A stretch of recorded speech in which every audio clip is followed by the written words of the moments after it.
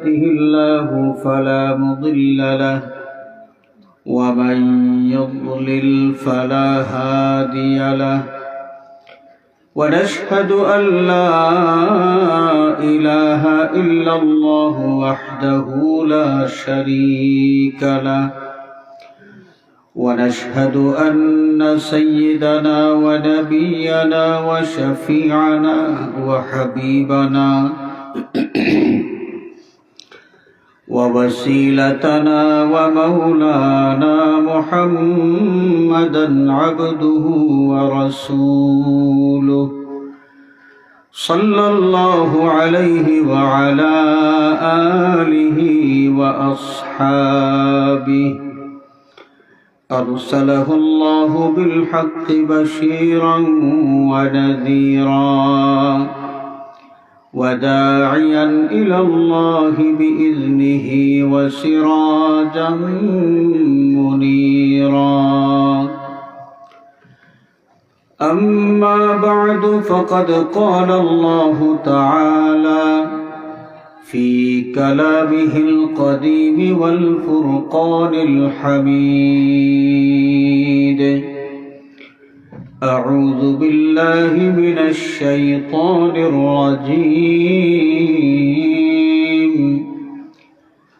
بسم الله الرحمن الرحيم يا أيها الناس اتقوا ربكم الذي خلقكم من نفس واحدة الذي خلقكم من نفس واحدة وخلق منها زوجها وبث منهما رجالا كثيرا ونساء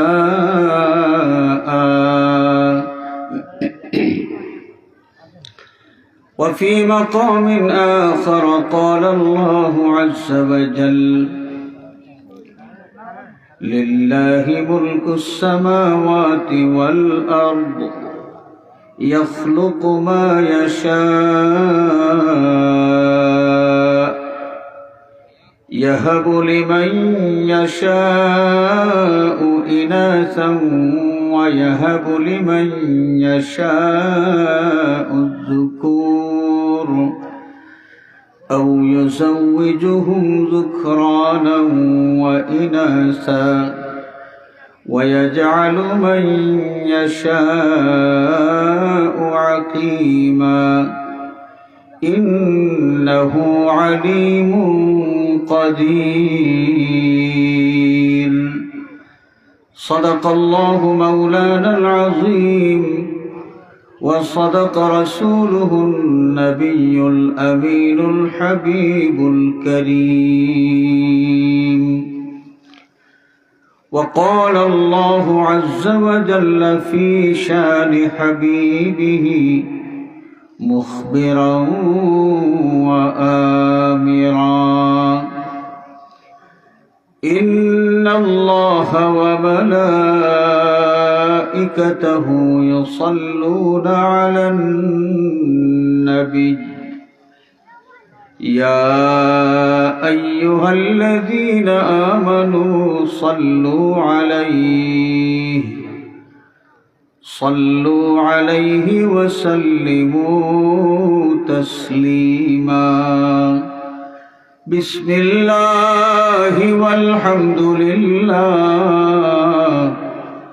الصلاة والسلام عليك يا رسول الله بسم الله والحمد لله الصلاة والسلام عليك يا رسول الله اللهم صل على سيدنا مولانا محمد وعلى آله سيدنا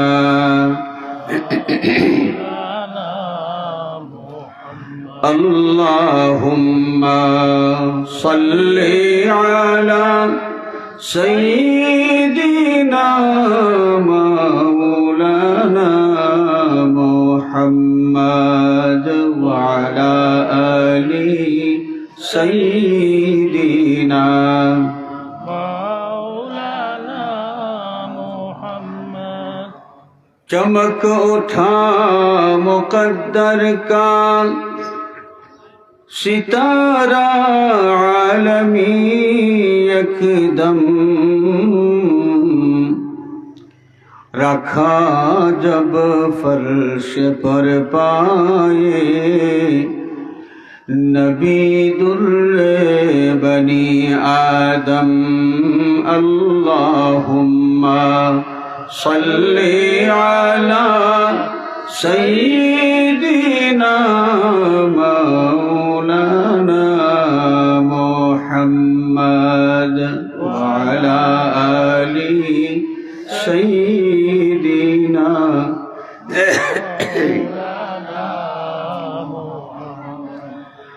खुदा है रब्बे आलम फिर मुहम्मद रहमत आलम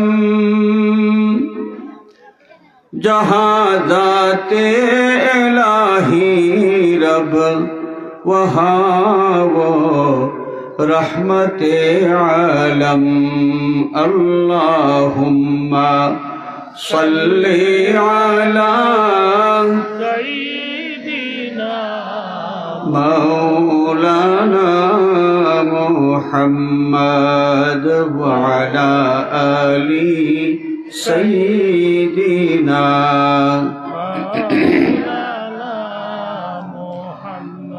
बलगल उला बिकमालिही कशफद दुजा बिजमालिही हसनत जमीउ खिसालिही सल्लु अलैहि व आलिहि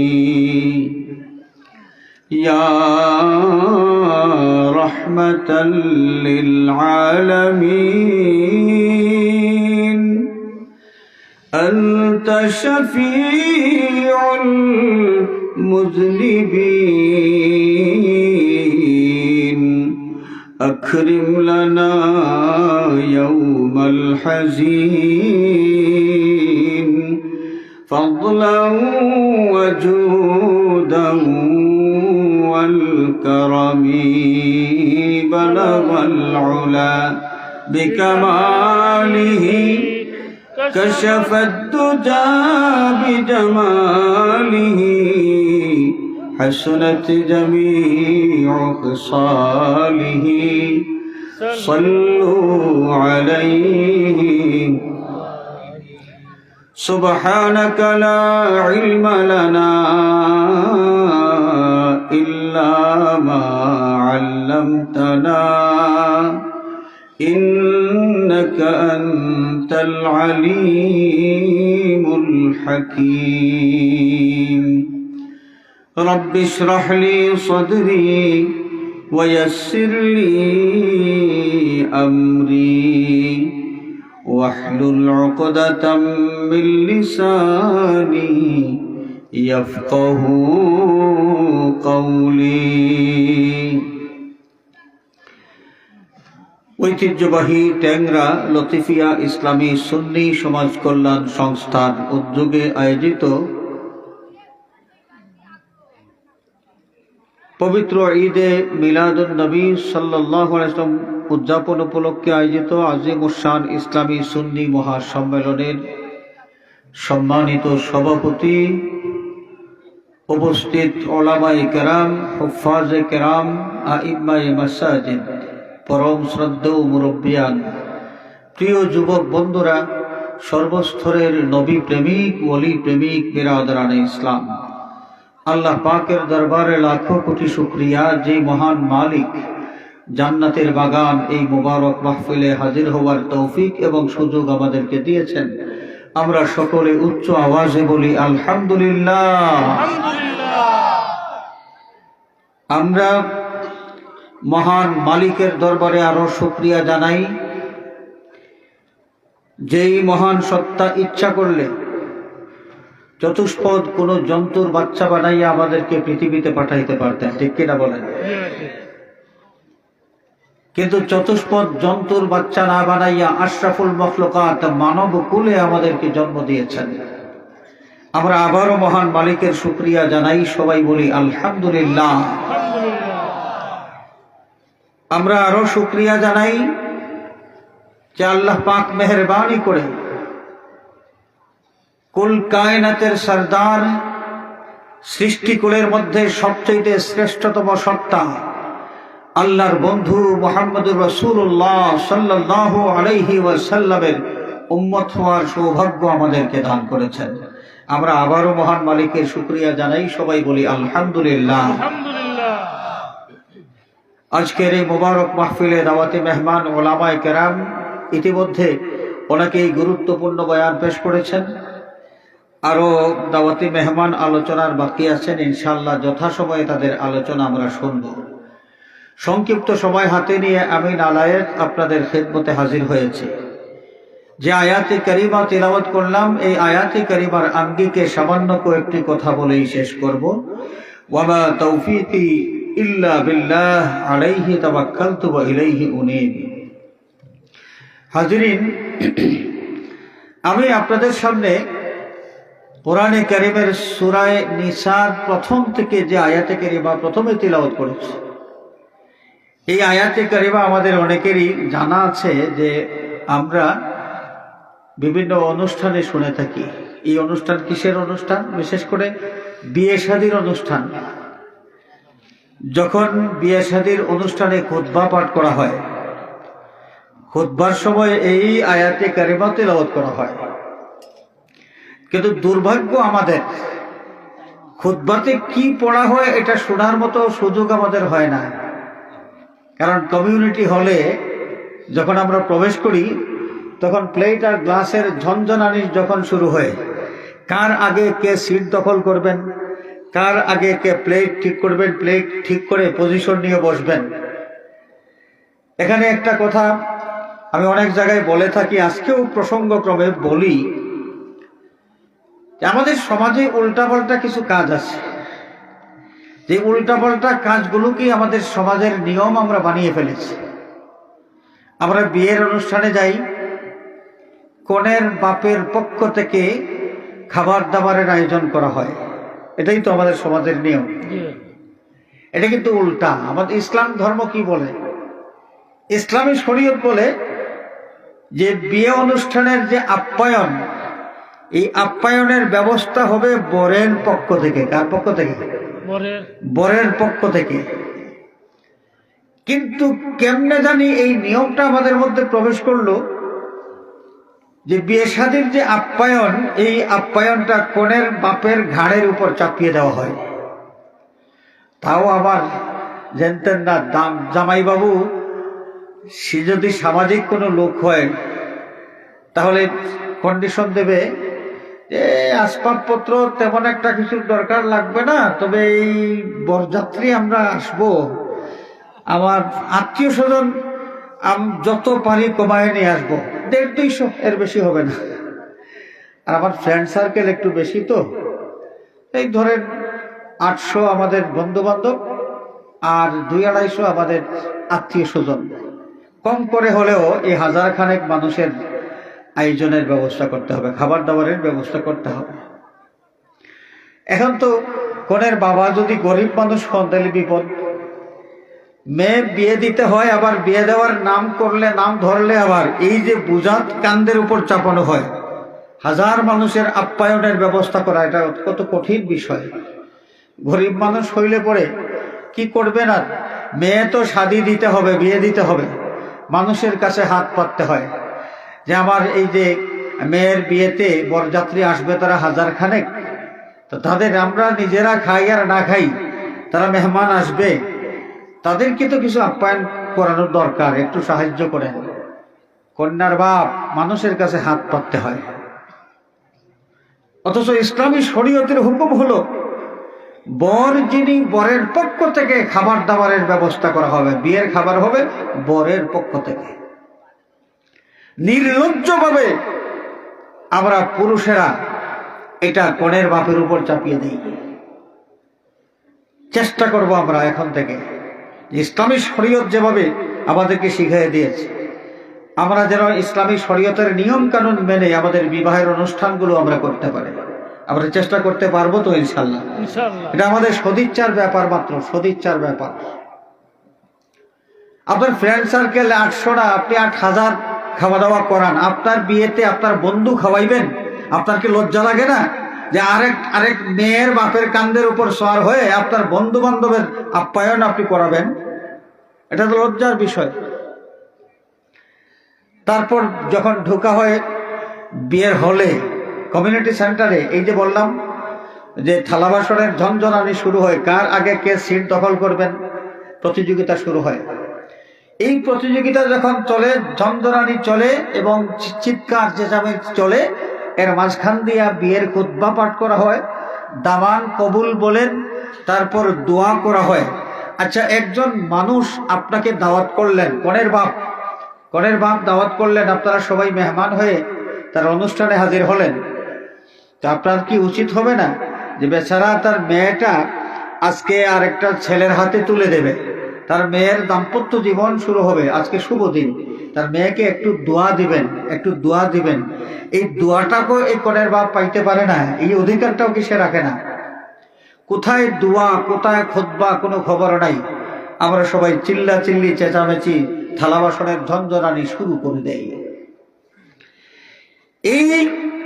এই অপসংস্কৃতির থেকে আমাদের বেরিয়ে আসতে হবে।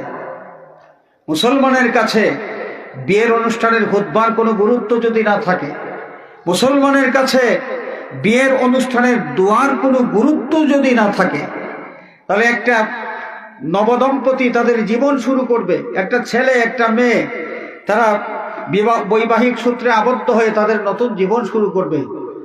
তাদের কি আমরা একটু দোয়া দিয়ে তাদের জীবনটা শুরু করতে দিতে পারি না? এই বিষয়গুলো আমাদের খেয়াল রাখতে হবে।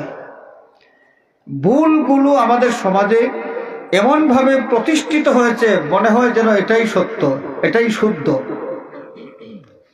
তা আমি যে আয়াতে কারিমা তেলাওয়াত করেছি বিয়ের খুতবার আসরের মধ্যে, বিয়ের আসরের খুতবার মধ্যে এই আয়াত প্রথমে তেলাওয়াত করা হয়। আল্লাহ রাব্বুল আলামিন ডাক দিয়ে বলছেন, ইয়া আইয়ুহান নাসুত্তাকু রাব্বাকুমুল্লাযী খালাকাকুম, ওরে মানব মণ্ডলী, তোমরা তোমাদের সেই রবকে ভয় করো যিনি তোমাদেরকে সৃষ্টি করেছেন। আমাদের সৃষ্টিকর্তাকে আরো জোরে বলেন, কার থেকে সৃষ্টি করেছেন? কি মাধ্যমে আমরা পৃথিবীতে এসেছি?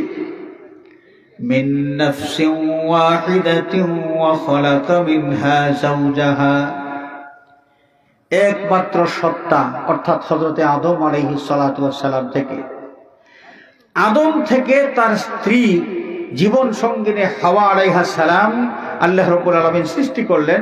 ওয়া খালাকা মিনহা যাওজাহা ওয়া বাসসা মিনহুমা রিজালান কাসীরান ওয়া নিসাআ। এই আদম হাওয়া থেকে আল্লাহ রাব্বুল আলামিন অসংখ্য অগণিত নারী এবং পুরুষ বিস্তৃত করে দিলেন। মানব বংশের বিস্তৃতি ঘটল। মূল ছিলেন একজন থেকে তার জীবন সঙ্গিনী হাওয়া, এবং এই আদম আর হাওয়ার মাধ্যমে তাদের সন্তান, তাদের সন্তানের মাধ্যমে তাদের সন্তান। ঠিক এইভাবে আজকে গোটা পৃথিবী মানুষে মুখরিত হয়ে গেছে। মানুষ আর মানুষ, কিয়ামত পর্যন্ত মানব বংশের বিস্তৃতি ঘটতেই থাকবে। হাজরিন, এখানে মানুষ জাতির ইতিহাসের মধ্যে, ইতিহাসের সূচনা যেখানে হয়েছে, সেখানে একজন পুরুষ এবং একজন নারী, একজন পুরুষ এবং একজন নারী, এবং এই পুরুষ আর নারী থেকে মানুষের বংশের বিস্তৃতি ঘটেছে। তারাও কি পুরুষ আর নারী, তারাও কি পুরুষ আর নারী। গোটা পৃথিবীতে যত মানুষ পৃথিবীতে এসেছেন, এখানে জেন্ডার বা লিঙ্গ যদি আমরা বলি, তাহলে দুইটা জেন্ডার আল্লাহ রাব্বুল আলামিন নির্ধারণ করে দিয়েছেন। কয়টা? দুইটা। একটা হলো পুরুষ আর একটা হলো মহিলা বা নারী, পুরুষ আর নারী। وَبَثَّ مِنْهُمَا رِجَالًا كَثِيرًا وَنِسَاءً وَاتَّقُوا اللَّهَ الَّذِي تَسَاءَلُونَ بِهِ وَالْأَرْحَامَ। আল্লাহ পাক আমাদের ইতিহাস যেভাবে শোনাইলেন, আমরা কি মনে করি মানুষ মানুষের বংশধর নাকি বানরের বংশধর? কি বলেন, মানুষ মানুষের বংশধর না মানুষ বানরের বংশধর? মানুষের বংশধর। আমরা সবাই আদম আলাইহিস সালাতু ওয়াস সালাম থেকে এসেছি। আদম আলাইহিস সালাম বানর ছিলেন না, তিনি ছিলেন একজন কি? মানুষ। সেই আদম থেকে আদমের সন্তানের বিস্তৃতি ঘটেছে। সুতরাং মানুষ মানুষের সন্তান, মানুষ বানরের বংশধর নয়।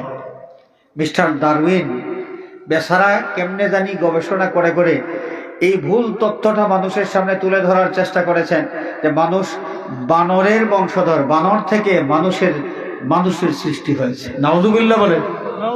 সৃষ্টিকর্তা আল্লাহ, সৃষ্টির উৎপত্তি তিনি ভালো জানেন নাকি ডারউইনের মতো বিকৃত মস্তিষ্ক সম্পন্ন একজন মানুষ বেশি জানে? সৃষ্টির সূচনা আল্লাহ ভালো জানে না ডারউইন বেশি জানে? আল্লাহ পাক যদি ভালো জানেন, এটা বিশ্বাস করি, তাহলে এই সত্যটা আমাদের মানতে হবে। মানুষ বানরের বংশধর নয়, মানুষ মানুষের বংশধর। একবার কিছু মানুষ বানরে পরিণত হয়েছিল, এই ইতিহাসটাও সত্য। কিছু মানুষ বানরে পরিণত হয়েছিল। দাউদ আলাইহিস সালাতু ওয়াস সালামের যুগে জুমাবারে দাউদ আলাইহিস সালাতু ওয়াস সালামের তিলাওয়াত শোনার জন্য তার কণ্ঠ ছিল চমৎকার। চমৎকার কণ্ঠে যখন তিনি জাবুর তিলাওয়াত করতেন, তার তিলাওয়াত শোনার জন্য মাছ, যারা নদীর মাছ পর্যন্ত নদীর কিনারে এসে ভিড় জমাতো। সুবহানাল্লাহ। মসজিদ ছিল নদীর কিনারে। মসজিদে যখন তিনি খুতবা দিতেন, জাবুর কিতাব তিলাওয়াত করতেন, তখন এই তিলাওয়াত শোনার জন্য নদীর মাছেরা নদীর কিনারে ভিড় করত। তো দুষ্ট কিছু লোক আগে ছিল, এখনো আছে কি নেই? এখনো তো আছে। জুমার নামাজ আদায় করার জন্য একটা লোক বের হয়েছে, আমি নিজের চোখে দেখলাম, আমার নিজের চোখে দেখা ঘটনা। বাড়ির থেকে বের হয়েছে, মসজিদে যাবে জুমার নামাজ আদায় করার জন্য। হঠাৎ করে থেমে গেল। থামলো কেন? যে তার বাড়ির সামনের যে রাস্তার কিনারের জমিনের মধ্যে মাছের পোনা দেখা যায়, শোল মাছের পোনা। এই শোল মাছের পোনা দেখার পর সে লোভ সামলাইতে পারল না যে জুমার নামাজ আদায় করার পরে এই পোনাগুলো পাওয়া যাবে কিনা। যদি অন্য কেউ এগুলো নিয়ে যায়, অথবা এই পোনা মাছগুলো যদি ওই জমিনের ভিতরের দিকে চলে যায়, আর তো পাবো না। জুমার নামাজ বাদ দিয়া শোল মাছের পোনা ধরতে ব্যস্ত হয়ে পড়লো। এইদিকে জুমার নামাজ শেষ। জুমার নামাজ শেষ হয়ে গেছে, লোকজন নামাজ আদায় করে বাড়ির দিকে রওনা করেছেন, তার আর জুমার নামাজ পড়া হয় নাই। আমাদের মুসলমানের মধ্যে এই ধরনের ব্যাকল কিছু মানুষ আছে কি নেই? আছে। তো এরা তো দাউদ আলাইহিস সালামের উম্মত, যারা মার্কা মারা মানুষ, দুনিয়ার মধ্যে চরম তেদর জাতি বনি ইসরাইল, এবং বিশেষ করে বনি ইসরাইলের ইহুদি যারা, তারা এদের মতো এত তেদর, এত বেয়াদব, এত হিংস্র কোন মানুষ পৃথিবীতে আর হইতে পারে না। এই দুষ্ট লোকগুলো কি করলো? জুমা বাদ দিয়া মাছ ধরতে শুরু করলো। তখন আল্লাহ রাব্বুল আলামিন নিষেধাজ্ঞা জারি করলেন, খবরদার, তোমরা জুমাবারে মাছ শিকার করতে পারবে না, তোমাদের জন্য জুমাবারে মাছ শিকার করা হারাম করা হলো। আল্লাহ পাকের পক্ষ থেকে নিষেধাজ্ঞা জারি হওয়ার পর অনেকগুলো লোক এই নিষেধাজ্ঞা মানে নাই, তারা মাছ ধরতে শুরু করলো। জুমাবাদ দিয়া মাছ শিকার। আরো কিছু লোক মাছ ধরতো না, কিন্তু মাছ আটকানোর কাজে ব্যস্ত থাকতো। জুমাবারে মাছ ধরতো না, কিন্তু মাছ আটকানোর কাজে ব্যস্ত থাকতো। আরো কিছু লোক এই মানুষগুলোর জুমার নামাজ বাদ দিয়া এই অন্যায় কাজের মধ্যে লিপ্ত থাকার দেখার পরেও তারা প্রতিবাদ করত না, তাদেরকে বাধা দিত না। শেষ পর্যন্ত আল্লাহ রাব্বুল আলামিন পানিশমেন্টের ব্যবস্থা করলেন। যারা মাছ ধরলো এবং যারা মাছ ধরে নাই কিন্তু মাছ আটকানোর কাজে ব্যস্ত হয়েছিল, এবং যারা অন্যায় দেখার পরে প্রতিবাদ করে নাই, অন্যায় থেকে মানুষকে ফিরানোর চেষ্টা করে নাই, এই তিন শ্রেণীর মানুষকে আল্লাহ রাব্বুল আলামিন হুকুম দিলেন, কুনু কিরাদাতান খাসিইন, তোমরা সেই লাঞ্ছিত বানরে পরিণত হয়ে যাও। এরা সবাই বানরে পরিণত হয়ে গেল। যখন তারা বানর হয়ে গেল, বাড়িতে গেল, প্রত্যেকেরই তো বাড়িতে স্ত্রী পুত্র আছে, কন্যা আছে, বউ বাচ্চা। বাড়িতে যখন গেল, ঘরে যাবে, ঘরে প্রবেশ করবে, তখন বউ যখন দেখলো একটা বানর তার ঘরে প্রবেশ করতেছে, এই মোটা লাঠি হাতে নিয়ে দৌড়ানো শুরু করলো। বানর চেঁচাইয়া বলতে লাগলো, আমি তোমার স্বামী, আমি তোমার স্বামী। কার কথা শেষ শুনে বউ দেখতেছে একটা বানর তার ঘরে প্রবেশ করতেছে, বানর আবার তার স্বামী কেমনে হয়? এই মোটা লাঠি নিয়ে দৌড়ানো শুরু করলো। এই বানরগুলো, অর্থাৎ যে মানুষগুলো বানরে পরিণত হয়েছিল, কেউ আর বউয়ের কাছে যাওয়ার মতো সৌভাগ্য হয় নাই, ঘরে প্রবেশ করতে পারে নাই। এরা বাহিরে থাকলো 3 দিন অথবা 1 সপ্তাহ। এর ভিতরে তাদের বউয়ের কাছেও তারা যাইতে পারে নাই। তাহলে এই বানরগুলো আবার বংশ বিস্তার কেমনে করবে? বংশ বিস্তারের সুযোগ তো তারা পায় নাই। 3 দিন পরে অথবা 1 সপ্তাহ পরে তারা মারা গেল। এই ছিল কিছু মানুষ বানরে রূপান্তরিত হওয়ার ইতিহাস। ঈসা আলাইহিস সালাতু ওয়াস সালামের কিছু উম্মতকে, নাফরমান উম্মত যারা ছিল, কাফির যারা ছিল, এদেরকে আল্লাহ রাব্বুল আলামিন শুয়োরে পরিণত করেছিলেন। তো যাই হোক, মিস্টার ডারউইন যা বলেছেন এই তথ্যটা মিথ্যা, কোরআন বিরোধী। আল্লাহ রাব্বুল আলামিন যে তথ্য দিয়েছেন, মানুষ মানুষের বংশধর, মানুষ মানুষের বংশধর, এবং মানুষের মধ্যে যে জেন্ডার আল্লাহ রাব্বুল আলামিন কোরআনে পাকে উল্লেখ করেছেন যে ওয়াবাসসা মিনহুমা রিজালান কাসীরান ওয়া নিসাআ, আদম আর হাওয়া থেকে, এই দুইজন তো দুই জেন্ডার, আদম পুরুষ, হাওয়া মহিলা, এই এক পুরুষ এক মহিলা থেকে তাদের বংশধর অনেক পুরুষ অনেক মহিলা আল্লাহ পাক বিস্তৃত করে দিলেন, তাদের বংশের বিস্তার ঘটল। সুবহানাল্লাহ, সুবহানাল্লাহ। আমি আরেক আয়াত আপনাদের সামনে তেলাওয়াত করেছি, সূরা সূরা থেকে, লিল্লাহি মুলকুস সামাওয়াতি ওয়াল আরদ ইয়াখলুকু মা ইয়াশা।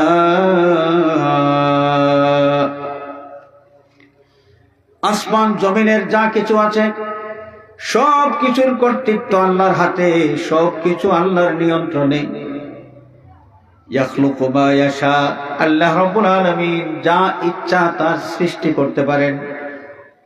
ইয়াহাবু লিমান ইয়াশাউ ইনাসা, আল্লাহ পাক যাকে ইচ্ছা কন্যা সন্তান দান করেন। আমাদের সন্তান সন্ততি, ছেলে মেয়ে, এগুলো আল্লাহর দান। কার দান? আরো জোরে বলেন, আল্লাহর দান। আল্লাহর দান।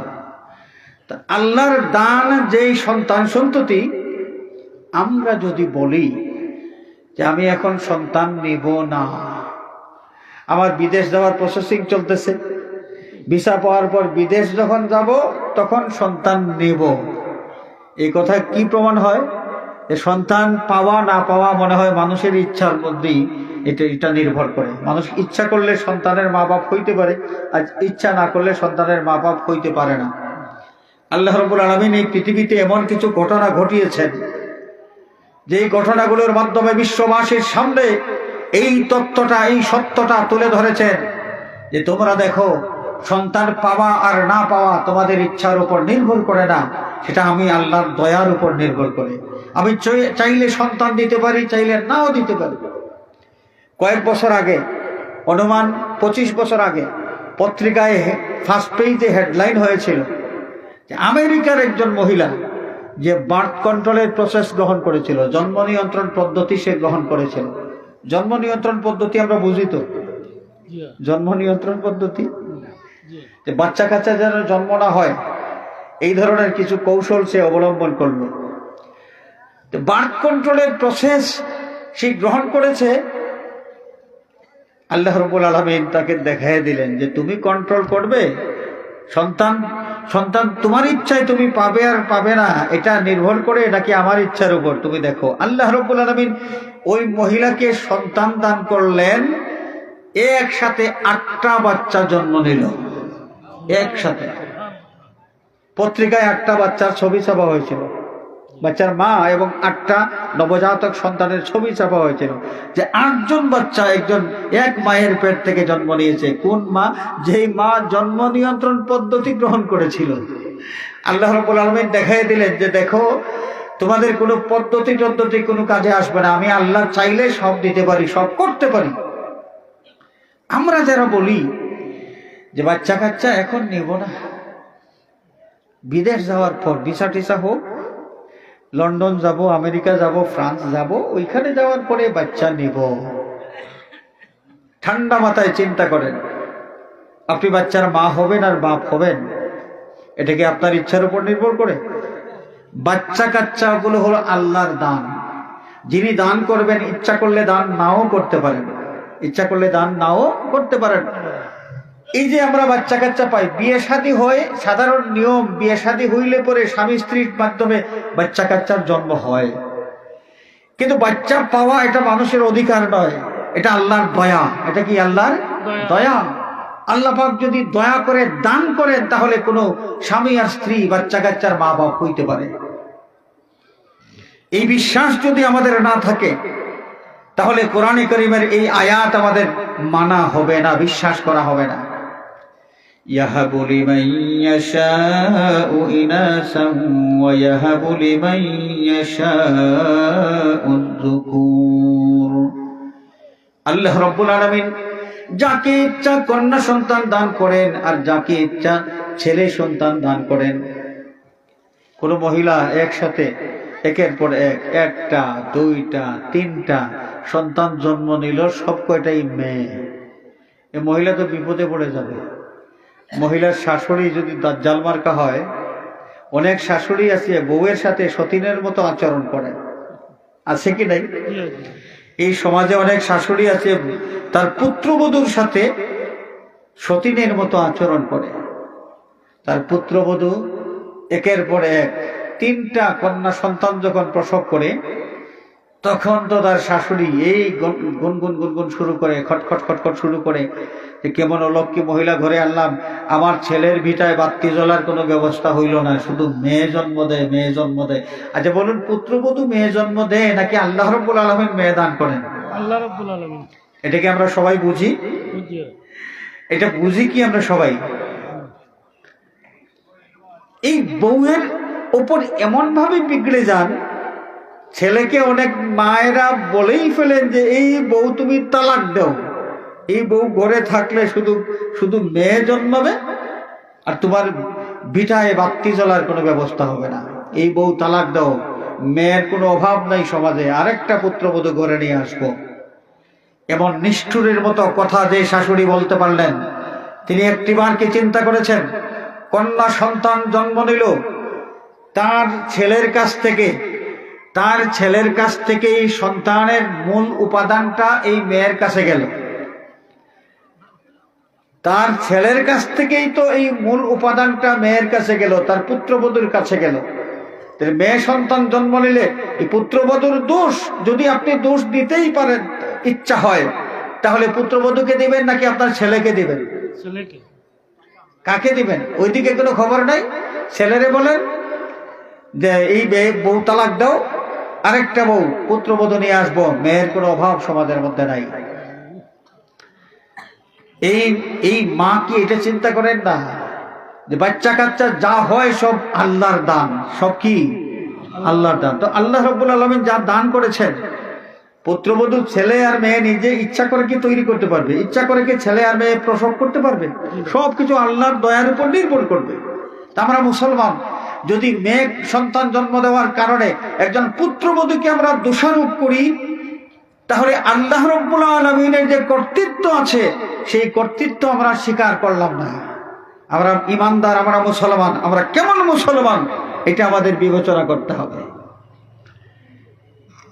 يهب لمن يشاء إناثا ويهب لمن يشاء الذكور أو يزوجهم ذكرانا وإناثا এবং যাকে ইচ্ছা আল্লাহ রাব্বুল আলামিন জোড়ায় জোড়ায় ছেলে এবং মেয়ে দান করেন।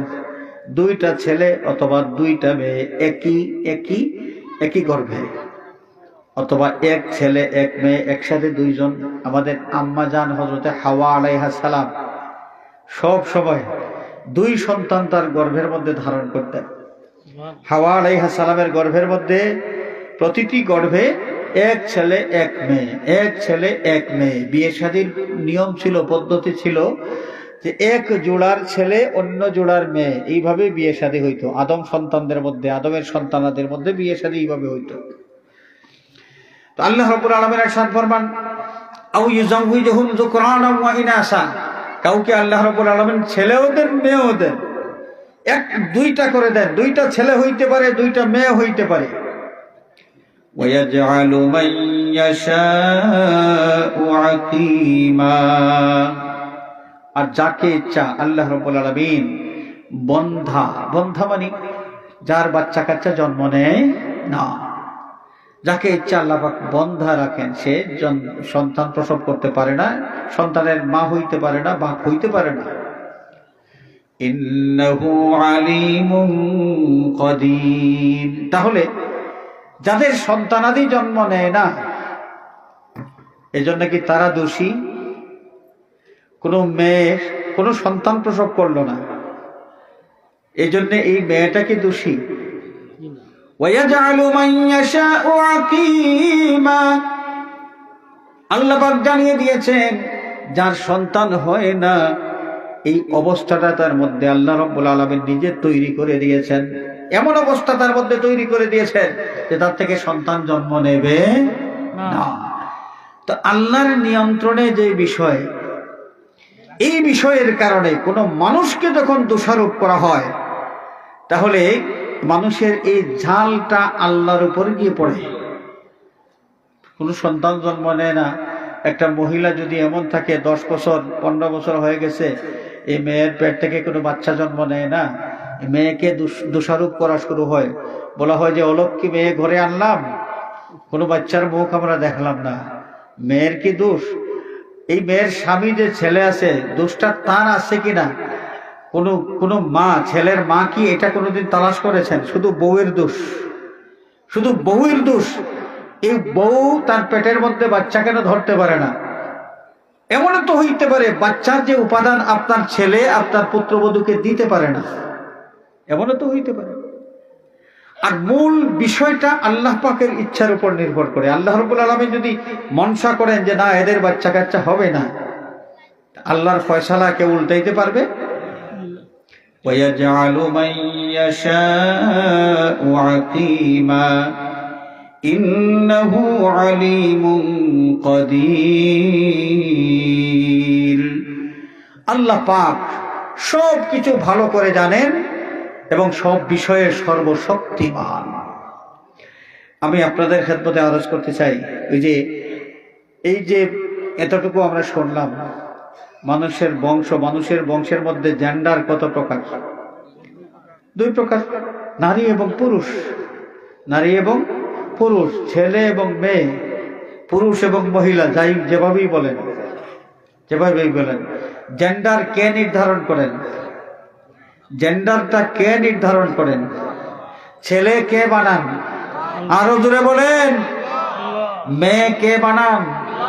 তো আল্লাহ রাব্বুল আলামিন যাকে যে জেন্ডার দিয়া পৃথিবীতে পাঠান, এটা পরিবর্তন করার কোনো ক্ষমতা কারো আছে? আর কেউ যদি চেষ্টা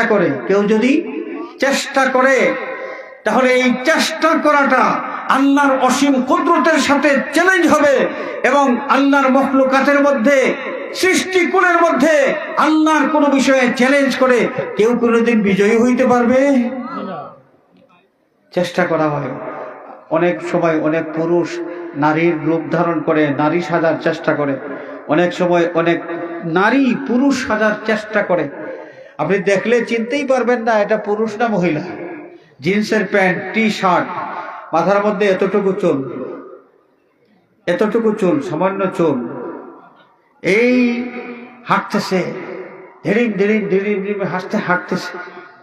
দূরের থেকে আপনি দেখলে চিনতে পারবে না এটা ছেলে নাকি মেয়ে, পুরুষ নাকি মহিলা।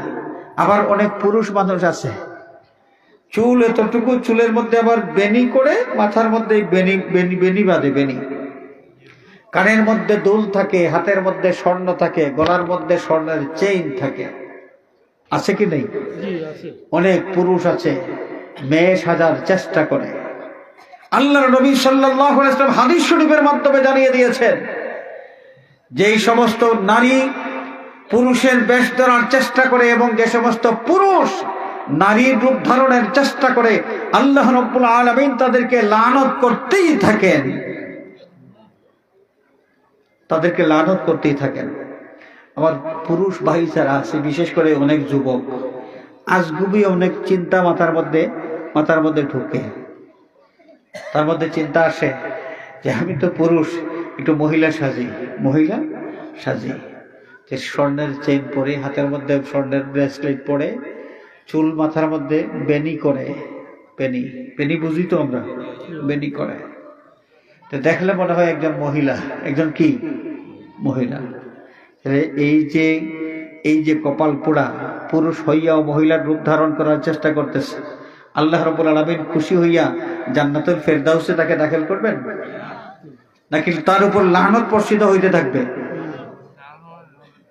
আর যে সমস্ত মহিলারা পুরুষের মতো চলাফেরা করেন, পুরুষের লেবাস পরেন, পুরুষের ঢঙ্গে চলাফেরা করেন, এই ধরনের মেয়েদের অভাব তো আজকাল অভাব নাই।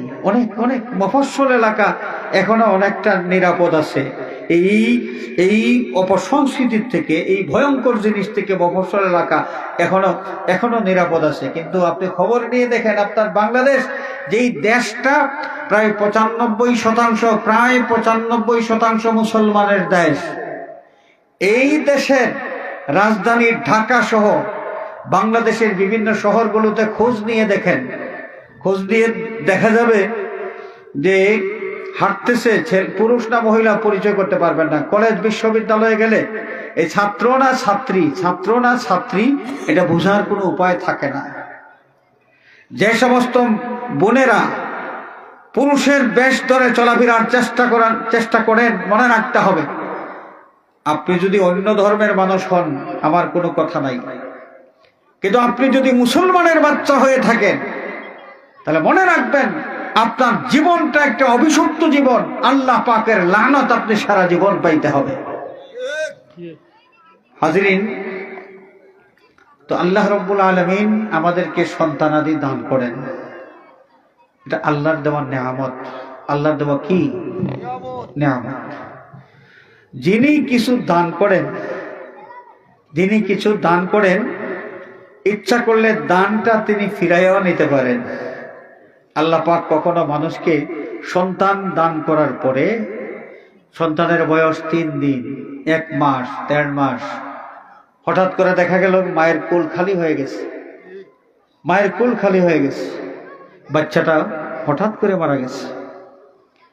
এমন যদি হয় কোনো মুসলমান, আপনার কোনো নাবালিগ বাচ্চাকে আপনি হারান, প্রথমত আপনাকে মনে রাখতে হবে এই বাচ্চা আল্লাহ পাক দয়া করে আপনাকে দিয়েছেন, সেই আল্লাহ রাব্বুল আলামিনের কর্তৃত্ব আপনার বাচ্চার জীবনের উপর। তো সেই আল্লাহ পাক ইচ্ছা করেছেন বাচ্চাকে আপনার কোল থেকে তিনি নিয়েছেন, তখন উচিত হবে ইমানদার আমরা যারা আছি রিদা বিল কাদা, এর অর্থ হলো আল্লাহর ফয়সালার উপর সন্তুষ্ট থাকা, যে আল্লাহ তুমি যেভাবে খুশি আমিও খুশি আছি, তুমি আমাকে তোমার নেয়ামত দিয়েছিলে, আবার তোমার খুশি তুমি নেয়ামত আমার কাছ থেকে নিয়েছো, আমিও খুশি আছি। আপনি যদি এইভাবে সবর করেন তাহলে আপনার এই সবরের দাম কত? আপনার এই নাবালিগ বাচ্চা কিয়ামতের দিন আপনার নাজাতের ওসিলা হয়ে যাবে। সুবহানাল্লাহ। মুসলমানের নাবালিগ বাচ্চা যারা মারা যায় কিয়ামতের দিন তাদের ঠিকানা হবে জান্নাত। কোথায়? জান্নাত। নাবালিগ বাচ্চাকে যখন কিয়ামতের দিন জান্নাতে দেওয়া হবে, আল্লাহর নবী সাল্লাল্লাহু আলাইহি ওয়াসাল্লাম ইরশাদ ফরমান, ওই নাবালেগ বাচ্চাটা বেহেশতের দুয়ারে গিয়ে হাজির হবে।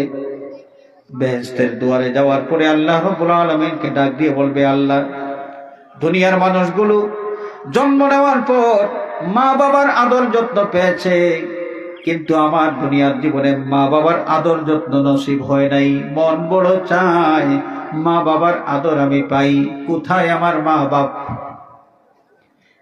এই বাচ্চাকে জবাব দেওয়া হবে, তোমার মা বাবার সাথে তোমার মোলাকাত হবে না।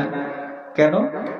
তোমার মা বাবা পাপ করেছে, পাপ করার কারণে তারা জাহান্নামী হয়ে গেছে, আর তোমার ঠিকানা হলো জান্নাত। সুতরাং তুমি যাবে জান্নাতে, আর তোমার মা বাবা জাহান্নামের শাস্তি ভোগ করতে হবে, তাকে তুমি পাবে না। নাবালেগ বাচ্চাটা তখন আল্লাহ রাব্বুল আলামিনের দরবারে এই দাবি পেশ করবে, আয় আল্লাহ, আমার মা বাবা দুনিয়ার জীবনে যাদের আদর স্নেহ থেকে আমি বঞ্চিত হয়েছি, আজকে এই মা বাবার আদর যত্ন পাইতে আমার মন বড় চায়। আমার মা বাবা কোথায়? আমার সাথী বানাইয়া জান্নাতে আমার মা বাবাকে দিয়ে দাও। আমার মা বাবাকে যদি জাহান্নাম থেকে নাজাত না দিয়া আমার সাথে করে জান্নাতে দাখিল করায় না দাও, তাহলে তোমার ওই জান্নাতে আমি প্রবেশ করব না, এবং আর কোনো মানুষকেও এই জান্নাতে প্রবেশ করতে দেব না। এই জান্নাতের দুয়ারে আমি দাঁড়িয়ে থাকলাম। নাবালেগ বাচ্চা যখন তার মা বাবার জন্য আল্লাহ রাব্বুল আলামিনের দরবারে শাফাআত করবে, সুপারিশ করবে, আল্লাহ রাব্বুল আলামিন ওই বাচ্চার শাফাআত কবুল করে তার জাহান্নামী মা বাবাকে নাজাত দিয়া তার সাথী বানাইয়া জান্নাতে দাখিল করায় দেবে। তো নাবালিগ বাচ্চা যাদের মারা যান, মা বাপ হিসেবে কষ্ট একটু লাগবে, তবে আখিরাতের কথা যদি চিন্তা করেন, আখিরাতের কথা যদি চিন্তা করেন, যে এই নাবালিগ বাচ্চা, আমি যেই বাচ্চাকে কোলে পাওয়ার পর খুশি হয়েছিলাম, আনন্দিত হয়েছিলাম, আমার কুল খালি হয়ে গেছে, বাচ্চাটাকে আল্লাহ পাক উঠায় নিয়েছেন, আখিরাতে এই বাচ্চার সাথে যেন আমার মোলাকাত হয়। আমার আল্লাহ যেভাবে খুশি হয়ে সিদ্ধান্ত নিয়েছেন, আমিও খুশি আছি। যদি সবর করতে পারেন মুসলমান মা বাপ, মনে রাখবেন আপনার নাবালিগ বাচ্চাটা আপনার আখিরাতের নাজাতের ওসিলা হয়ে যাবে। সুবহানাল্লাহ। তা আমাদের বাচ্চা কাচ্চাগুলো আল্লাহর দেওয়া নেয়ামত, আল্লাহর দেওয়া নেয়ামত। আপনি দুনিয়া ছেড়ে চলে যাবেন, দুনিয়া ছেড়ে চলে যাওয়ার পরে এমনও হইতে পারে জীবনে যথেষ্ট পরিমাণ নেক আমল করতে পারেন নাই। আপনি হয়তো ঈমানের কারণে জান্নাতে হবেন, কিন্তু জান্নাতের উচ্চ মর্যাদা পাওয়ার কোনো সুযোগ আপনার থাকবে না।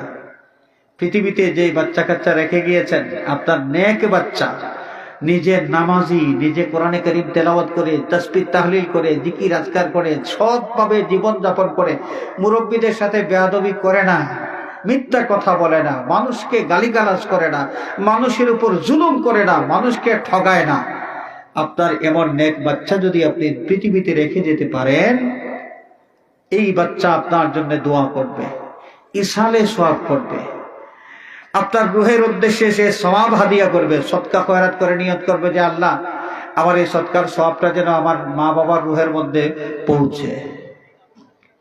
কোরআনে কারীম তেলাওয়াত করবে, তেলাওয়াত করে নিয়ত করবে, আল্লাহ তেলাওয়াত করেছি, যেটুকু সওয়াব দিয়ে মেহেরবানি করে তুমি দান করবে, আমার কবরবাসী মা বাবার রুহে যেন এই সওয়াবটা পৌঁছে। ইসালে সওয়াব করবে, দোয়া করতে থাকবে, রব্বির হামহুমা কামা রব্বায়ানি সগীরা। আল্লাহ, মা বাবা দুনিয়ার জীবনে অনেক বেশি মহব্বত করে, দয়া করে আমাকে লালন পালন করে বড় করেছেন।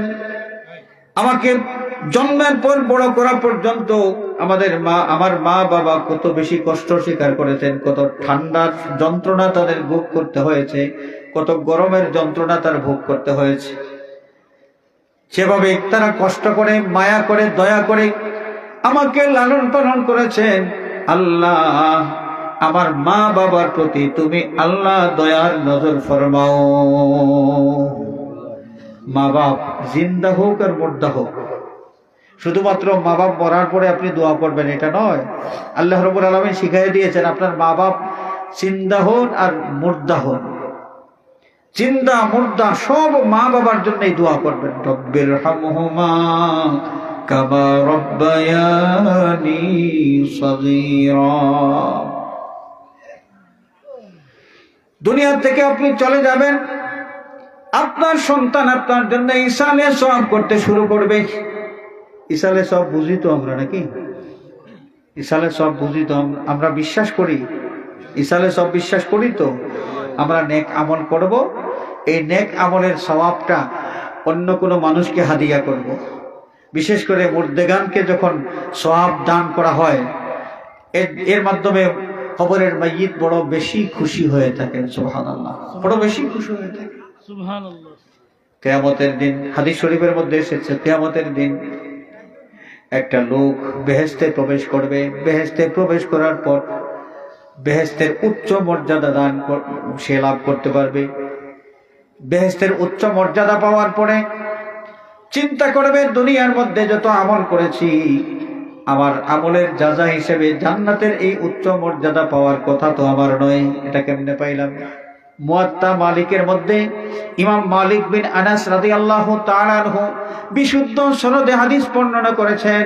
এই লোকটা আল্লাহর কাছে প্রশ্ন করবে, ইয়া রব্বি আন্না লি হাযিহি, মালিক মাওলা, বেহেশতের উচ্চ মর্যাদা আমি লাভ করলাম, আমি ধন্য হয়েছি, কিন্তু আমার মনের মধ্যে প্রশ্ন, দুনিয়ার জীবনে এই মর্যাদা পাওয়ার মতো আমল তো আমি করতে পারি নাই, কেমনে আমি পাইলাম এই মর্যাদা?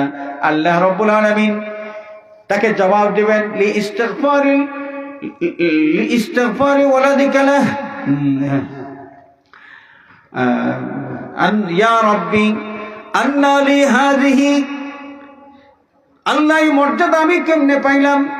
আল্লাহ রাব্বুল আলামিন জবাব দিবেন, লি দুআয়ে ওয়ালাদিকা লাক, আমার বান্দারে, দুনিয়াতে তোমার নেক সন্তান তুমি রেখে এসেছো, দুনিয়া থেকে তুমি বিদায় হয়েছো, তোমার সন্তানটা তোমার জন্য দোয়া করেছে, তোমাকে সওয়াব দান করেছে, তোমার সন্তানের পক্ষ থেকে এই সওয়াবের হাদিয়া পাইতে পাইতে এত বেশি পরিমাণ সওয়াবের অধিকারী তুমি হইতে পেরেছো, শেষ পর্যন্ত জান্নাতের এই উচ্চ মর্যাদা তুমি লাভ করেছো। তাহলে আল্লাহ রাব্বুল আলামিন যে বাচ্চা কাচ্চা আমাদেরকে দান করেন, এগুলো আল্লাহর দেওয়া নিয়ামত আমাদের জন্য, যে নিয়ামতের মাধ্যমে দুনিয়াতেও আমরা ফায়দা পাইতে পারি। তবে এই নিয়ামত থাকবে না, গজবও হইতে পারে মাঝে মাঝে। মাঝে মাঝে কোনো মানুষের বাচ্চা গজবও হইতে পারে। দুনিয়ার জীবনে মা বাপ সন্তানদের ঝাড়ি খাইয়া, ঝাড়ি বুঝেন তো, অনেক সন্তান নমক হারাম কমবখ্ত, সেই কমবখ্ত সন্তানগুলো মা বাপের সাথে এমন বড় গলায় কথা বলে, এমন রুক্ষ ভাষায় কথা বলে, মা বাপ সন্তানের সামনে কথা বলার সাহসই করতে পারেন না।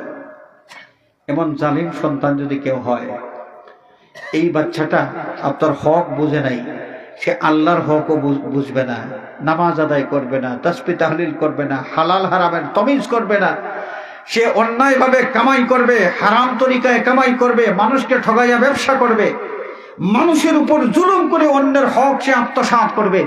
আপনার এই জালিম সন্তান যদি পৃথিবীতে রেখে যান, আর এতে যদি আপনার কোনো গাফলতির কারণে সে জালিম হয়ে থাকে, তাকে আপনি হালাল হারাম কিছুই শিখাইলেন না, জন্মের পর 3-4 বছর বয়স যখন হইল, তাকে আপনি পাঠিয়ে দিলেন ABCD আমডম বাবডম, ওদিকে আল্লাহ রসুল, হালাল হারাম, কলিমা, নামাজ, রোজা, এই বিধিবিধান, ইসলামের বুনিয়াদী শিক্ষা, এদিকে কোনো খবর নাই। মুসলমানের বাচ্চা, ইসলামের বুনিয়াদী শিক্ষাটা আপনি দিলেন না। এখন এই বাচ্চা যখন বড় হবে, হালাল হারাম বুঝবে না, মুরব্বীর হক বুঝবে না, মা বাপের হক বুঝবে না, এই বাচ্চা তো বেপরোয়া জীবনযাপন করতে অভ্যস্ত হবে। আপনার গাফলতির কারণে যদি এটা হয়, আপনি কবরে যাওয়ার পরেও শান্তিতে থাকতে পারবেন না। আপনার বাচ্চা যখন অপকর্ম করবে, আপনাকে কবরে দেখানো হবে, তোমার যে বাচ্চা তুমি রেখে এসেছো, দেখো তোমার বাচ্চার কামাই, মানুষের উপর জুলুম করতেছে, সব কাজগুলো দেখানো হবে কবরের বাসিন্দা মা বাবাকে। হাজরিনে কেরাম, কিয়ামতের দিন যখন এই পাপিষ্ঠগুলো জাহান্নামী হবে যখন তাদেরকে বলা হবে তোমরা জাহান্নামে যাও, জাহান্নাম তোমাদের ঠিকানা। দুনিয়াতে তোমরা বেনামাজি ছিলে, দুনিয়ার জীবনে তুমি ঠকবাজ ছিলে, দুনিয়ার জীবনে তুমি জালিম ছিলে, দুনিয়ার জীবনে তুমি বেয়াদব ছিলে, তুমি মুরব্বীদেরকে সম্মান করো নাই, তুমি মানুষের হক আদায় করো নাই, মানুষের হক আত্মসাৎ করেছো, নিরীহ মানুষের উপর তুমি জুলুম করেছো। তোমার ঠিকানা হলো জাহান্নাম, যাও এই জাহান্নাম দেখা যায় তোমার ঠিকানায় তুমি পৌঁছে যাও। সেই আপনার সন্তান তখন বলবে যে আল্লাহ, জাহান্নামে যাওয়ার মতো কাজ করেছি, জাহান্নামে তো আমাকে যাইতেই হবে। তবে জাহান্নামে যাওয়ার আগে তাদেরকে আমি দেখতে চাই যাদের গাফলতির কারণে, যারা আমার সঠিক তত্ত্বাবধান না করার কারণে, আমার প্রতি তাদের মুরব্বিয়ানার দায়িত্ব সঠিকভাবে পালন না করার কারণে আমি দুনিয়ার জীবনে বেপরোয়া ছিলাম, দুনিয়ার জীবনে আমি হালাল হারাম বুঝতে পারি নাই, কার হক কি আমি বুঝতে পারি নাই। ওই তাদেরকে আমি চাই, তাদেরকে দেখতে চাই। জাহান্নামে আমি যাব, তবে তাদেরকে শুয়াইয়া তাদের বুকের উপর পা দিয়া মাড়াইয়া তারপর আমি জাহান্নামে যাব। নাজআলহুমা তাহতা আকদামিনা লিয়াকুনা মিনাল আসফালিন।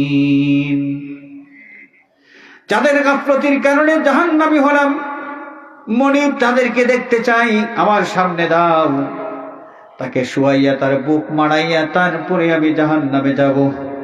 তাহলে সন্তানাদি আল্লাহর দেওয়ার নেয়ামত, এই নেয়ামতকে আমরা ঘষা মাজা করে নেয়ামত হিসেবে রাখতে হবে, ঘষা মাজা করা লাগবে, তাকে তরবিয়ত দিতে হবে, উত্তম রূপে তাকে শিক্ষা দেওয়া লাগবে, তাকে সুসন্তান হিসেবে গড়ে তুলতে হবে। এটা মা বাবার দায়িত্ব। আমরা অনেক সময় ওয়াজ শুনি, ওয়াজের সাবজেক্ট পিতামাতার প্রতি সন্তানের কর্তব্য, পিতামাতার প্রতি সন্তানের কর্তব্য। পিতামাতার প্রতি সন্তানের কি কর্তব্য সেটা তো সে আগে জানতে হবে। এটা জানাবে কে? মা বাবাকে জানাইতে হবে। তাহলে পিতামাতার প্রতি সন্তানের কর্তব্য, এই ওয়াজের আগে দরকার হলো সন্তানের প্রতি পিতামাতার কর্তব্য, সন্তানের প্রতি পিতামাতার কর্তব্য। এই বিষয়টা আগে আমাদের জানতে হবে। তো আল্লাহ রাব্বুল আলামিন আমাদের যাদেরকে সন্তানাদি দিয়েছেন, আমরা চেষ্টা করবো আল্লাহর দেওয়া নিয়ামত যেন নিয়ামত হিসেবে থাকে। দুনিয়াতে আখেরাতে কোথাও সন্তানের কারণে লজ্জিত হইতে না হয়। আজকাল আমরা এত গাফলতির মধ্যে পড়েছি, আমাদের ছেলে মেয়ে 20-22 বছর বয়স, কলেজ বিশ্ববিদ্যালয়ে পড়াশোনা করে, অথবা কেউ পড়াশোনা না করলেও যুবক যুবতী, এদের অ্যান্ড্রয়েড ফোন আছে, রাতের বেলা সে ঘুমায় না, ঘুম থেকে উঠে দেরি করে, মা বাপ একদিনে জিজ্ঞেস করেন না যে এত দেরি করেই তুমি ঘুম থেকে উঠো কেন। যদি এমন হয় রাতের বেলা ছেলের রুমের মধ্যে বাতি দেখা যায়, মেয়ের রুমের মধ্যে বাতি দেখা যায়, তাদের কথাবার্তা শোনা যায়, রাত 12টা 1টা 2টা হয়ে গেছে, কথাবার্তা শোনা হয় কিভাবে? টেলিফোন, হ্যালো, টেলিফোন, ফোনের মাধ্যমে চ্যাটিং ফ্যাটিং ইত্যাদি। তো এইগুলো করতে করতে করতে করতে সে ঘুমাইলো 4টা 5টা হয়ে যায়, ঘুম থেকে উঠবে কখন? মা বাপ যদি একটি দিনও তাকে জিজ্ঞেস করেন না যে রাতের বেলা তুমি কি করো, খাওয়া দাওয়া করে এরপরে তো আর কোনো কাজ নাই, পড়াশোনার সময় শেষ, খাওয়া দাওয়া হয়ে গেছে, এখন ঘুমানোর কাজ, রাত 1টা হইল, 1:30টা হইল, 2টা হইল, তুমি কি করো? আপনি যদি তদারকি না করেন তাহলে বেশি দেরি হবে না, আপনাকে কাঁদতে হবে, এমন কান্না কাঁদতে হবে যেই কান্নার কোনো উপশম থাকবে না। দেখবেন হঠাৎ করে আপনার মেয়ে বলতেছে, বাবা এই ছেলে ছাড়া আমি বাঁচবো না। এই ছেলে কি করে? মা বাপের স্বপ্ন, মেয়েকে পড়াশোনা করাইলাম, মাস্টার ডিগ্রি পাস করাইলাম, এখন ভালো দেখে একটা পাত্র দেখে এই মেয়েকে পাত্রের হাতে তুলে দেব। আপনি পাত্র পছন্দ করলেন, বিয়ে শাদীর আলাপ চলতেছে, মেয়ে যখন খবর পাইলো সে সরাসরি বলল যে বাবা হবে না, এই এক জায়গায় বিয়ে দিতে হলে এক জায়গায় দিতে হবে, এই ছেলে ছাড়া আমি বাঁচবো না। তো ছেলে কি করে খবর নিয়ে জানলেন? ছেলেটা হলো একটা এই রিক্সার দোকানের মেকার। পড়াশোনা পাঠশালাও পাস করে নাই, আপনার মাস্টার ডিগ্রি মেয়ে তার জন্য জীবনটা উৎসর্গ করে দিয়েছে। মা বাপ তখন কান্নাকাটি করা ছাড়া কোনো উপায় আছে? আর কান্নাকাটি করে লাভ কি করবেন? মেয়ে যদি জিন্দা পাইতে চান তাহলে এই ছেলের হাতেই মেয়েকে দিতে হবে। এইভাবে আমাদের সন্তানের কারণে আমরা এইভাবে বিষাদগ্রস্ত হব, আমরা চিন্তিত হব, আমরা লজ্জিত হব যদি সন্তানদের দিকে আমাদের খেয়াল না থাকে। আপনার ছেলে, যুবক ছেলে, পড়াশোনা শেষ, এখন ঘুমানোর টাইম, ঘুম নাই, রাতের বেলা বাতি জ্বলে।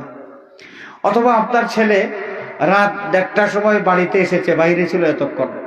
যেই ছেলে পড়ার টেবিলে থাকবে, পড়ার টেবিলে সে নাই, ওই সময়টায় সে ঘরের বাহিরে, ঘরে আসলো রাত 12:30 1টায়। আজকাল তো এই যে মিনি স্টেডিয়াম, ইনডোর স্টেডিয়াম না কি জানি আবি যাবি, মুরগির খাঁচার মতো কি তৈরি করা হয়, মিনি স্টেডিয়াম।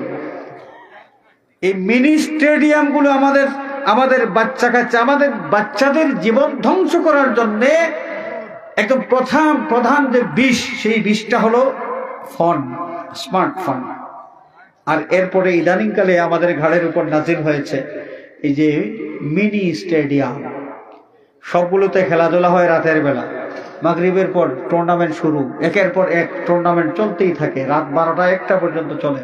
তা আপনার ছেলে পড়ার টেবিলে থাকবে মাগরিবের নামাজের পরে, সে নামাজ পড়লো কিনা সেটা আল্লাহ পাক ভালো জানেন। তারপর পড়ার টেবিলে তো থাকার কথা। আপনার ছেলে ইন্টারমিডিয়েট পড়ে, ডিগ্রি পড়ে, সে পড়াশোনা করবে না। মাগরিবের পরে এই যে ঘর থেকে বের হয়েছে ইনডোর স্টেডিয়ামে, সেখানে এইভাবে প্যান্ডেল বেঁধে এবং বসার মতো কোনো সুন্দর জায়গাও তাকে কেউ দেয় নাই, কেউ তাকে আদর করে দাওয়াতও করে নাই। এই লতিফিয়া ইসলামী সুন্নি সমাজ কল্যাণ সংস্থা কত আদর করে, কত মায়া করে, কত আদবের সাথে আপনাদেরকে দাওয়াত করেছেন, পোস্টারের মাধ্যমে, লিফলেটের মাধ্যমে, মাইকিং এর মাধ্যমে, এবং যে যাকে যেখানে পেয়েছেন দাওয়াত করেছেন যে আমাদের মাহফিল অমুক দিন আসবেন। ওইখানে কেউ এইভাবে আদর করে দাওয়াতও করে নাই। ওইখানে যাওয়ার পর আপ্যায়নের ব্যবস্থাও নাই, দাঁড়াইয়া সারাটা রাত পার করে দেয়। আপনার সন্তান যদি এইভাবে করতে থাকে, আপনার সন্তানের জীবনে লাল বাতি জ্বলবে, লাল বাতি। যেই সন্তানকে নিয়ে আপনি স্বপ্ন দেখেছেন যে টাকা পয়সা আল্লাহ পাক দিয়েছেন, ছেলেকে আমি পড়াবো, উচ্চ শিক্ষিত করব, উচ্চ শিক্ষা লাভ করে সে প্রতিষ্ঠিত হবে, সুন্দর স্বপ্ন আপনি দেখেছেন, আপনার সমস্ত স্বপ্ন ধুলায় মিশে যাবে যদি মা বাপ আপনার সন্তানের এই যে ইনডোর স্টেডিয়ামে যাওয়া আর ওইখান থেকে গভীর রাত্রিতে ঘরে ফেরা, এগুলোর তদারকি, কন্ট্রোল যদি না করতে পারেন, নিয়ন্ত্রণ যদি করতে না পারেন, তাহলে আপনার সন্তানের জীবনে লাল বাতি জ্বলবে। আপনি কাঁদতে হবে, যে সন্তানকে নিয়ে কত বড় আশা করেছিলেন, সব আশা ধূলিসাৎ হবে অভিভাবকের গাফলতির কারণে। আমি আলোচনা দীর্ঘায়িত করতে চাই না। আমাদের বাচ্চারা আল্লাহর দেওয়া নেয়ামত। এই নেয়ামত ততক্ষণ থাকবে যতক্ষণ আমরা এগুলোকে পরিচর্যা করতে পারবো, প্রপার নার্সিং, তাদেরকে আমরা তদারকি করতে পারবো যথাযথভাবে। তখন আমরা আশা করতে পারি যে আমার বাচ্চাটা নেক সন্তান হবে। আমরা চেষ্টা করার পর যদি কেউ বেয়াড়া হয়ে যায়, এর প্রতিফল সে ভোগ করবে। এই জন্য কোনো মুরব্বী দায়ী হবেন না, কিন্তু মুরব্বী যদি চেষ্টা না করেন তাহলে তিনি নিজেই ধরা পড়ে যাবেন, নিজের বাচ্চার সর্বনাশ হবে এবং নিজেও আল্লাহর আদালতে আসামির কাঠগড়ায় দাঁড়াইতে হবে। বাচ্চাদেরকে আমরা নামাজি বানাবো, বাচ্চাদেরকে আমরা কোরআনে পাক তেলাওয়াত করার অভ্যস্ত করব, বাচ্চাদেরকে আমরা শরীয়তের হালাল হারাম এগুলো শিক্ষা দেব। আপনার ছেলে আপনি ডাক্তার বানান, ইঞ্জিনিয়ার বানান, সমস্যা তো নাই, কিন্তু মুসলমানের বাচ্চা হিসাবে ইসলামের বুনিয়াদী শিক্ষা তো তাকে দিতে হবে। আল্লাহ পাক আমাদের সকলকে নিজ নিজ দায়িত্ব সঠিকভাবে পালন করার তৌফিক দান করুন, আমিন। ওয়া আখিরু দাওয়ানা আনিল হামদুলিল্লাহি রাব্বিল আলামিন। সাল্লাল্লাহু আলা সাইয়্যিদিনা ওয়া মাওলানা মুহাম্মদ ওয়া আলা আলিহি ওয়া আসহাবিহি ওয়া সাল্লাম। সাল্লাল্লাহু আলা সাইয়্যিদিনা ওয়া মাওলানা মুহাম্মদ وعلى آله وأصحابه وسلم صلى الله على سيدنا ومولانا محمد وعلى آله وأصحابه وسلم। অনেক মানুষ দোয়া চেয়েছেন, মরহুম ইস্কন্দর আলী সাহেবের পরিবারের পক্ষ থেকে দোয়া চাওয়া হয়েছে। যুক্তরাজ্য, যুক্তরাষ্ট্র, ফ্রান্স, মধ্যপ্রাচ্য সহ বিভিন্ন দেশ থেকে প্রবাসী যারা দোয়া চেয়েছেন, অনেক অসুস্থ মানুষ দোয়া চেয়েছেন, সবাই দোয়া করবেন। আর গ্রামের মুর্দেগানের জন্য দোয়া চাওয়া হয়েছে। আল্লাহুম্মা আমিন। আলহামদুলিল্লাহি রাব্বিল আলামিন, والصلاة والسلام على سيدنا ومولانا وشفيعنا ووسيلتنا محمد وآله وأصحابه وأهل بيته أجمعين. رب اغفر لي ولوالدي وارحمهما كما ربياني صغيرا. رب ارحمهما كما ربياني صغيرا. اي الله, টেংরা লতিফিয়া ইসলামী সুন্নি সমাজ কল্যাণ সংস্থার উদ্যোগে আয়োজিত আজকের এই মুবারক মাহফিল আউয়াল থেকে আখির পর্যন্ত কবুল ফরমাও। মাহফিলের সওয়াবের হাদিয়া সোনার মদিনায় দয়াল নবীজির খেদমতে পৌঁছায়া দাও। तमाम পৃথিবীর মুমিন মুমিনাত কবরবাসীর আরওয়াহে পাকে পৌঁছায়া দাও। বাবা শাহজালাল শাহপরান 360 আউলিয়া মুর্শিদুল মুর্শিদিন আল্লামা ফুলতলি সাহেব কিবলা রাহমাতুল্লাহি আলাইহি সহ পৃথিবীর যেখানে তোমার যত ওলি আরাম করেছেন तमाम আউলিয়া কিরামের আরওয়াহে পাকে পৌঁছায়া দাও। আয় আল্লাহ, এই মাহফিল আয়োজনের জন্য তোমার যত বান্দাবান্দি টাকা পয়সা দিয়ে সহযোগিতা করেছেন, যারা মাহফিলের জন্য পরিশ্রম করেছেন, দৌড়াদৌড়ি করেছেন, আল্লাহ প্রত্যেকের বংশের মুর্দেগানের আর ওয়াহে পাকে সবের হাদিয়া পৌঁছায়া দাও। বৃহত্তর টেংরা গ্রামের तमाम মুর্দেগানের আর ওয়াহে পাকে সবের হাদিয়া পৌঁছায়া দাও। আল্লাহ, জীবনের দিকে তাকাইলে দেখি জেনে না জেনে তোমার নাফরমানি করে তোমার দরবারে আসামি হয়ে গেছি। নিজের অপরাধ নিজে স্বীকার করে জীবনের গুনার পাহাড় নিয়ে তওবার হাত বাড়াইলাম। হায় আল্লাহ, তোমার হাবিবের ওসিলায় আমাদের तमाम জিন্দেগীর গুনাহ খাতা মাফ ফরমাও। বাকি জিন্দেগি তোমার গোলামের হক আদায় করার তৌফিক দাও। আল্লাহ, আমাদের জিন্দা মুর্দা মা বাবার প্রতি রহম ফরমাও। তোমার হাবিবের জিন্দা মুর্দা तमाम উম্মতকে মাফ ফরমাও। বৃহত্তর টেংরা গ্রামের तमाम মুর্দেগানের কবরগুলোকে বেহেশতের বাগান বানিয়ে দাও।